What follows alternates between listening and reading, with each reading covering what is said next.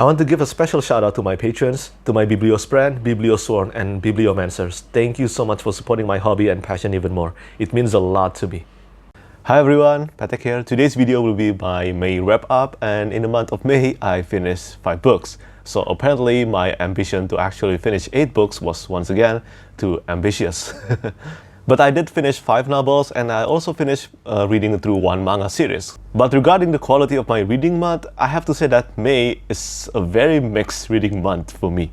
I found 2 new favorites, which is good, but at the same time, I found 2 of the most disappointing books of the year so far for me. So the first book that I finished in the month of May, it was For the Grace of Kings by Ken Liu. This is one of my priority series to start and finish within this year, and this is Ken Liu's debut novel.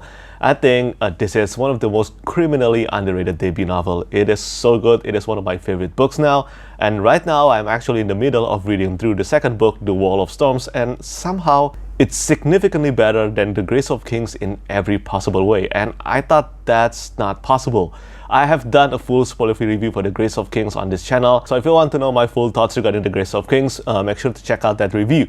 But for now, I'm just going to say that I love this one very, very much, and if you haven't checked out The Grace of Kings or The Dandelion Dynasty, I highly recommend it. I will be reviewing the second book, The Wall of Storms, sometimes within this week. Now, the second book that I finished in the month of May, it was For In the Shadow of Lightning by Brian McClellan, which is his newest book in the Glass Immortal series. Although I did say in the beginning of this video that I had 2 of the most disappointing books of the year, but this, yes, In the Shadows of Lightning is one of them, but I'm not saying that this is a bad book. But at the same time, this is also not an amazing book. Look, In the Shadows of Lightning by Brian McClellan was one of my most anticipated books of the year. I was so looking forward to reading this one because I really enjoyed reading his Powder Mage universe, especially the first trilogy, the Powder Mage trilogy, and also the first book in the second trilogy, which is called Sins of Empire, which in my opinion is Brian McClellan's best book so far. Seeing that it has been 3 years since McClellan actually completed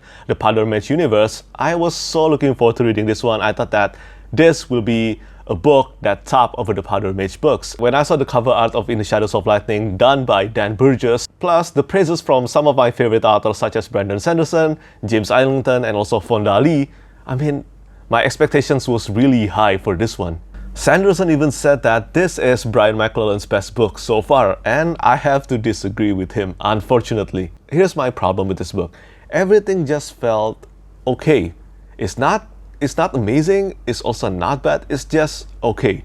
The novel just didn't feel as addicting or maybe as explosive as the Powder Mage universe. It was really hard for me to care about the characters, which is a shame because the prologue is one of the best prologues that I've ever read. It was so engaging and it shows significant promises that the rest of the book will be as good. But unfortunately, after the first 15%, everything just kind of gradually deteriorated for me. There were no characters I felt invested like for Taniel, Kapol, or Ben Stikes in the Powder Mage universe. My experience dictates that the characters felt like they were just there to move the plot, but that's it. I couldn't care about them. It is not all disappointing though. The world building and the actions were definitely the best part of the book for me. The world in this novel still felt similar to the industrial or flintlock setting of the Powder Mage universe, and I really love the magic system put into this book. The hard magic system, God Glass, was very reminiscent of the Mistborn series, yeah, like Elemency from Mistborn universe. There are many types of God Glass, and each God Glass brought different power from the user, called Glass Dancer. Then there's also the creation and the usage of the God Glass, which I really enjoyed reading about. But again, at the end of the day, I don't think that they were enough to actually elevate the book to something more. So yeah, this was a bit disappointing to me. Well, this was disappointing to me, and right now, I'm not too sure whether I will continue with reading the second book or not. But I hope if you do check this one out, I really hope that you will love this one so much more than I did. Then the next book that I finished, which I consider to be the biggest disappointment of the year so far for me, is Sword of Destiny by Andrzej Sapkowski. This is the second collection of short stories in the Witcher universe. I am so disappointed with this one. I really enjoyed The Last Wish, which is the first book, the first collection of short stories in the Witcher saga.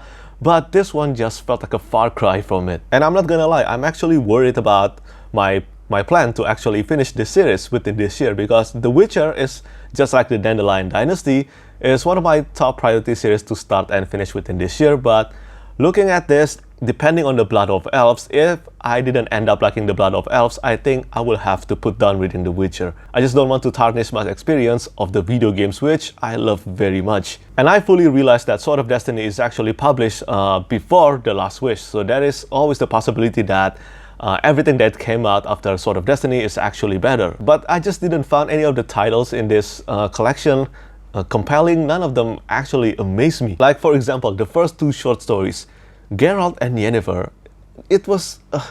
their romance felt like a bunch of teenagers fighting non-stop. It's just infuriating to read. Coming into this book, after playing the games and also watching the TV show adaptation, watching their bickering and flings actually felt so cringe. They really felt like teenage young adult characters, and no, that's not a good thing. I need to let you know though, and I know that this will sound like sacrilege, but I am not a fan of Yennefer. I've never been a fan of Yennefer, and reading this collection just made me dislike her even more. I actually chose Triss in the video games, so yeah. Then there's also the third short story, which makes me dislike Dandelion so much. Not only the third short story, Eternal Fire, was one of the most boring stories that I've ever read, but it also has the capabilities to actually make me dislike Dandelion so much. Dandelion in Eternal Fire felt like he was an intolerable Donald Duck. He kept on yabbering, and like we really have to pay attention to this guy. It's so surprising that Geralt didn't kill him. Seriously, it's been like I think 2 weeks since I finished Sword of Destiny, and I don't remember anything about this short story anymore except that he was constantly yabbering. I don't know whether my experience of reading the Sword of Destiny was actually diminished because I played the video game or watched the television show first, but suffice to say that I am very disappointed with Sword of Destiny, and I am worried about my plan to actually finish. I have to read Blood of Elves, and I will let you know whether I will continue with the series or not. And then after that, I did a reread for The Well of Ascension. This is my third time reading through it, and I still maintain my point that The Well of Ascension, although many fans of the series consider this to be the weakest book of the series, I have to disagree because I think The Well of Ascension is as amazing as the first book, Mistborn: The Final Empire, and it's just done in a different way. Even on this third read of The Well of Ascension, even though this has a relatively slower pace compared to the first book and also the third book, I found the pacing in The Well of Ascension to be the most compelling. I actually had a difficult time to put this book down again and again. So yeah, I really love this one. I have talked about Mistborn trilogy so many times now, I don't think you need to hear me talk about how much I love this trilogy again. So yeah, I'm going to keep this short. Let's just say that I fully enjoyed my reread of this book again. And after that, the final book that I finished in the month of May, it was for Babel by R.F. Kuang. So I just did a full spoiler-free review for this book on this channel. So again, I'm going to keep this one shorter than usual, but I think this one, just with this one book, I think R.F. Kuang has actually triumphed over the Poppy War trilogy. This is one of the best standalones that I've read, and this is actually the best Dark Academia book that I've read. I mean, I'm not actually a big fan of Dark Academia, but this one just compels me non-stop. It is ambitious, it is intelligently crafted, and I think the big focus on linguistics, translation, imperialism works so well in this book. I do honestly believe that R.F. Kuang is an author that keeps on getting better and better with each book, and it is proven once again here because I think Babel actually has the best prose by R.F. Kuang so far. There's only about 2 months left until Babel comes out. I highly recommend this one. I think it is fantastic, and I think a lot of people will love this book. Plus, a rare standalone is so hard to find in fantasy, and I think this one is another great one. So that's all the novels that I finished in the month of May. As for the manga series, I finished reading through Dr. Stone. But I have to say that although I enjoyed reading through Dr. Stone, I think it is an enjoyable manga series, but it is not amazing. It is just a fun, casual, informative, and entertaining series, but it is not an amazing series. That's okay. Sometimes I love reading through a good manga series just to relax, and I think this one achieved that, but at the same time, I expected more out of the ending. I think the ending of Dr. Stone wasn't too satisfying, but I really enjoyed reading some of the story arcs, especially the second to last arc. It was surprisingly intense and also creative. I really loved the artworks in this manga series, and if you love both sci-fi and fantasy, I think you will have a great time, at least a great time reading through Dr. Stone, even if the ending wasn't too satisfying. So that's all the novels and manga that I finished in the month of May. As for my book of the month, it was a hard pick between The Grace of Kings and also Babel, but I think for this one, I have to choose Babel. Because for the Grace of Kings, there were a few sections in the first half that felt a bit sluggish to get through. But I stand by my words that the Grace of King is one of the most criminally underrated fantasy debut, and you should read that one too. So yeah, that's it from me today. That's all the novels and manga series that I finished this month. Let me know what you finished in the month of May and which one was your favorite books in the month of May. As always, thank you so much for watching and thank you for your support. Bye bye. And lastly, as always, I want to say thank you so much once again to all my patrons.